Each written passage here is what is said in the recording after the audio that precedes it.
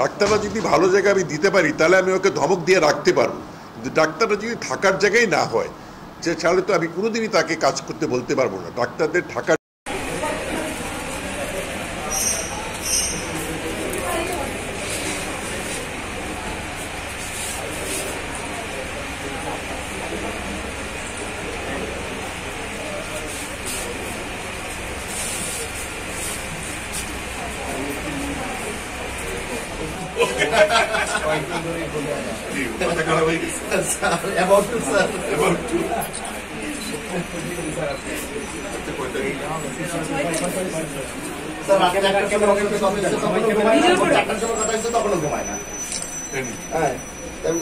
Ready হইতে পারতেছেন না বলে দেখি একটু একটু ভাই আমরা একটু দেখি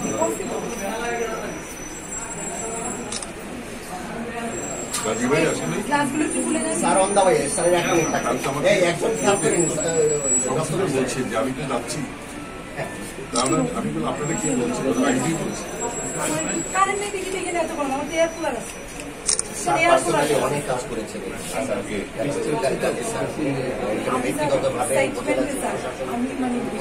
এখানে স্যার জেনারেটর থেকে শুরু করে এখানে যে অক্সিজেন সাপ্লাই এটা কিন্তু ওনারা পার্সোনালি উনি করে দিয়েছেন। স্যার অনেক স্যারের অনেক উপজেলা প্রশাসন তো অবভিয়াসলি স্যার আসলে স্যার আমাকে বলে যে আপনার এই মেয়েটা এত চায়, তো চাইতে চাইতে আদায় করে ছাড়ে।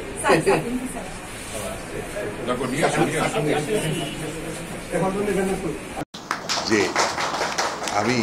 আমি সবচেয়ে বড় কথা যে আমি কোনো হেলথ কোঅপারেটিভ গিয়া এরকম ভাত আর বোয়াল মাছ খাইনি। আজকে এখানে ভাত আর বোয়াল মাছ খেতে,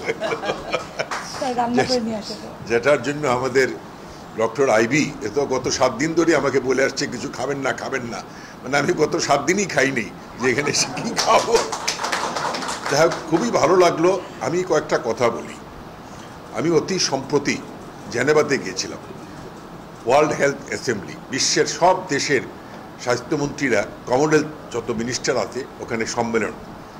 তো বেশ কয়েকটা ইভেন্টে আমাকে যেতে হয়েছে, আমাকে বক্তৃতা দিতে হয়েছে। আমি কতক্ষণ বলছি আমার চিকিৎসক ভাই বোন যারা আছেন এবং সবার জন্য, যে আমাদের দেশের হেলথ ইনিশিয়েটিভ কোথায় গিয়ে পড়ছে।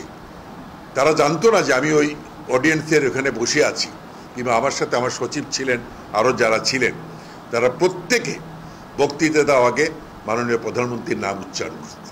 Sheikh Hasina is the role model, ঠিক এইভাবে কথা বলছে, Sheikh Hasina is the role model of health sector. এখন এই এত বড় অর্জন মাননীয় প্রধানমন্ত্রীর কমিউনিটি ক্লিনিক নিয়ে, এটা ধরে রাখার দায়িত্ব কিন্তু আমাদের। এই অর্জনটা আমাদেরকে ধরে রাখতে হবে যেভাবেই হোক, যেন আমরা এই অর্জনটাকে বিচ্যুত হইতে না পারি।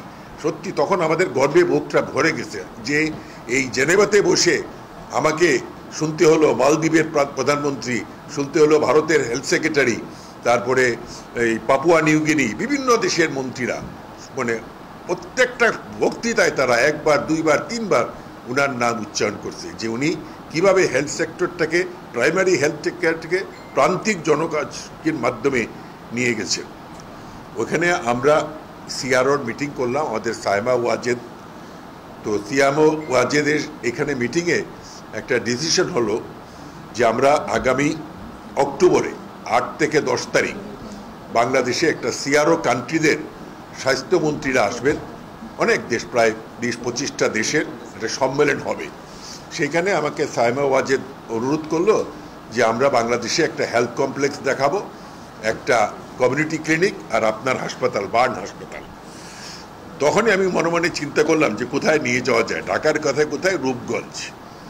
তো আজকে এখানে আসে দেখার পরে আমি মনে করি যে আমার তালিকায় প্রথমে এই হাসপাতালটা থাকবে, আমরা এখানে নিয়ে আসবো।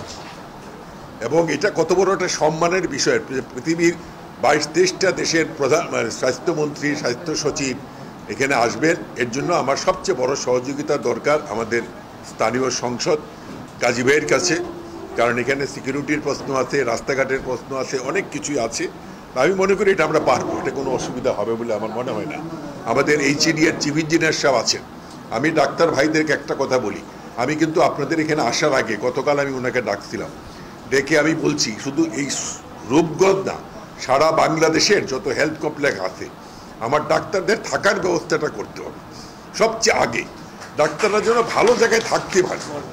ডাক্তাররা যদি ভালো জায়গায় আমি দিতে পারি তাহলে আমি ওকে ধমক দিয়ে রাখতে পারবো, কিন্তু ডাক্তাররা যদি থাকার জায়গায় না হয় যে তাহলে তো আমি কোনোদিনই তাকে কাজ করতে বলতে পারবো না। ডাক্তারদের থাকার জায়গা সুন্দর করতে হবে, ডাক্তারদের অফিসটা সুন্দর করতে হবে, কারণ ডাক্তাররা তাহলে ডাক্তাররা থাকবে, তা না হলে তো ডাক্তার থাকবে না।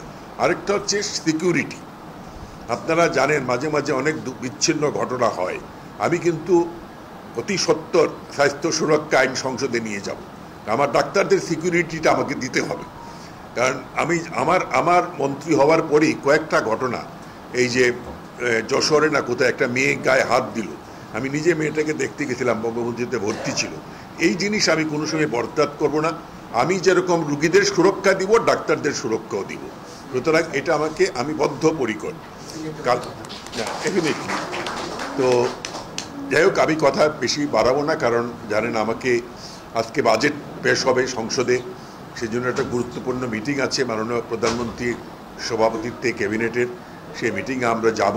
আমি আপনাদের সবাইকে ধন্যবাদ দেই, বিশেষ করে আপনাদের অত্যন্ত সুযোগ্য সুন্দরী আইবি, আপনাদের যে ইউএচএফপিও, তাকে মানে অন্তরের অন্তঃস্থল থেকে ধন্যবাদ, যে সে যেভাবে অ্যারেঞ্জ করছে। সত্যি আমরা রূপগঞ্জ থানা হেলথ কমপ্লেক্সে এই মত বিনিময় সভায় সভাপতি সুযোগ্য ইউএচএফপিও ডক্টর আইবি, এখানে আমাদের বীর মুক্তিযোদ্ধা যাকে আমরা সবাই সম্মান করি, এই এলাকার সাংসদ গাজী গোলাম দস্তগীর, আমার সঙ্গে আগত ঢাকা থেকে কর্মকর্তাবৃন্দ, এখানে যারা চিকিৎসক বৃন্দ, ভাই বোনেরা, সাংবাদিক ভাই বোনেরা, না ম্যানেজমেন্ট ভালো, আপনারা অনেকেই আসছেন এখানে, আপনাদের চেয়ারম্যান সাহেব থেকে শুরু করে লোকাল থানা, এইচইডি, মানে সবাই যে কর্ডিয়ালিটি আপনারা দেখালেন, আমার এটা মনে থাকবে।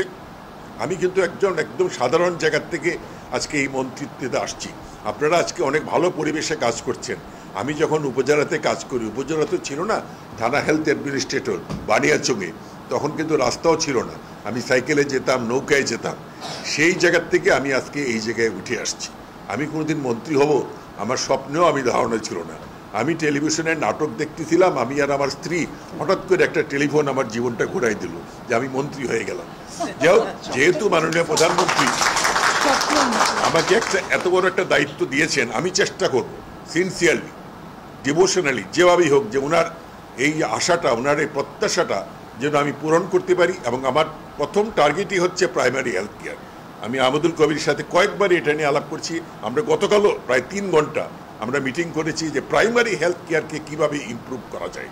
আজকে এই হাসপাতালের মতো যদি এইরকম সার্ভিস আমি সারা দেশে দিতে পারি, আমি যদি এনসিডি কর্নারে মানুষকে সার্ভিস দিতে পারি, তাহলে কিন্তু সরকার ঢাকা মেডিকেলে ওই রুগীর জন্য হাঁটা যায় না, চিটাগাং মেডিকেল এটা কমে আসবে।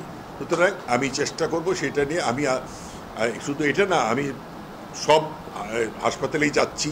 আমি রাজশাহী বিভাগে গিয়েছি, আমি সিলেটে যাব, রংপুর, সিলেটে অলরেডি গেছি, রংপুরে যাব। আমি তাহলে হেলথ দেখে, তবে আমার ডাক্তার ভাইদের এই হেলথ সেক্টর ইমপ্রুভ করতে গেলে আপনাদের সহযোগিতা